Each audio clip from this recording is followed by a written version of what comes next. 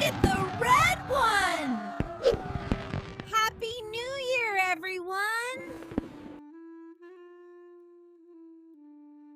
If New Year's Eve feels like just another Thursday to you, you likely possess these 8 rare psychological traits.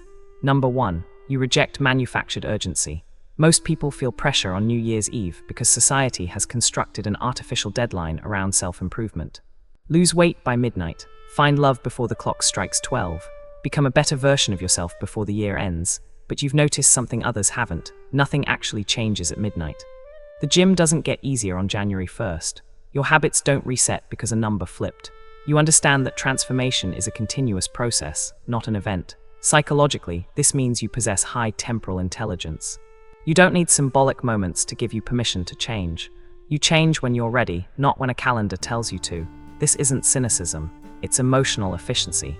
You refuse to let arbitrary markers dictate your internal timeline. Number 2, you have immunity to social contagion. When everyone around you is celebrating, laughing, and counting down, it creates a powerful psychological force called emotional contagion. Most people absorb the energy of the crowd without questioning it. They feel excited because everyone else is excited. They cry because everyone else is crying, but you don't.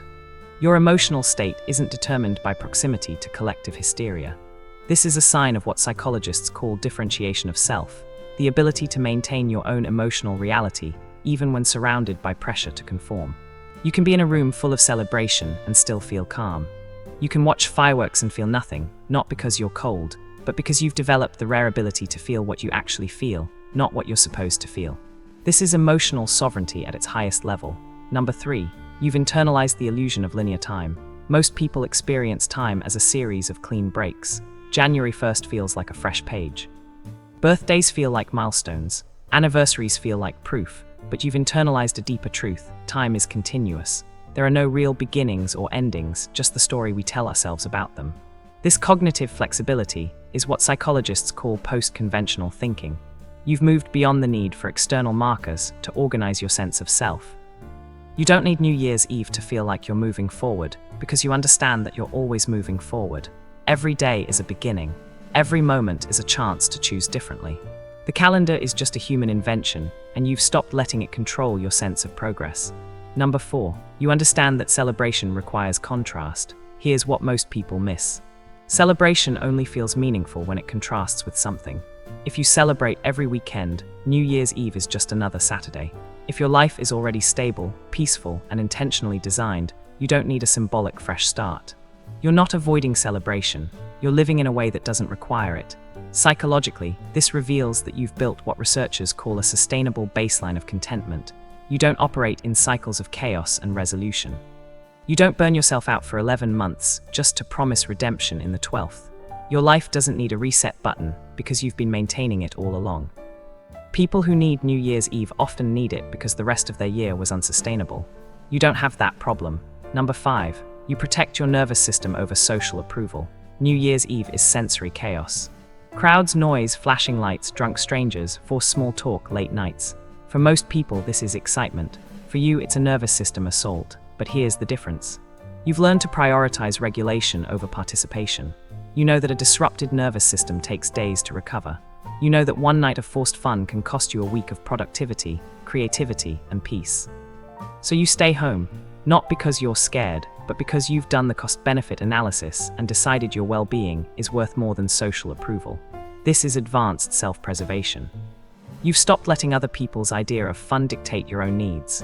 Number 6, you don't outsource your sense of renewal. Most people need external events to feel like they can start over. A new year, a new job, a new relationship, but you've developed the rare ability to renew yourself internally. You don't need a countdown to give you permission to change your life. You wake up on a random Tuesday and decide to be different, and you are.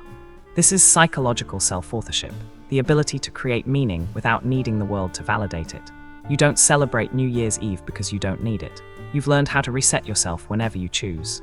You've learned that transformation doesn't require fireworks or champagne or a room full of witnesses. It just requires a decision, and you can make that decision any day you want. Number 7, you value depth over spectacle. New Year's Eve is spectacle. Big parties, loud music, glittering dresses, expensive dinners. But spectacle is shallow. It's designed to distract, not to connect.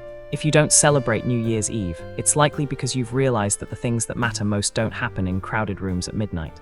They happen in quiet moments, in deep conversations, in solitude, in consistency. You would rather spend the night reading, creating, or resting than shouting in a room full of strangers.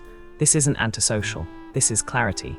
You've figured out that depth and spectacle rarely coexist, and you've chosen depth. You've chosen substance over noise. You've chosen meaning over momentum. Number 8, you refuse to perform optimism. New Year's Eve is a performance. People dress up, post countdowns, shout resolutions they don't believe in, and pretend that hope is something you summon on command. But you've realized that forced optimism is exhausting. You would rather feel genuine neutrality than fake enthusiasm. This is a sign of high authenticity regulation. You've learned that performing emotions you don't feel creates psychological debt. Every time you fake excitement, you build resentment toward the thing you're supposed to enjoy. So you don't. You stay home, or you go to bed early, or you treat it like any other night.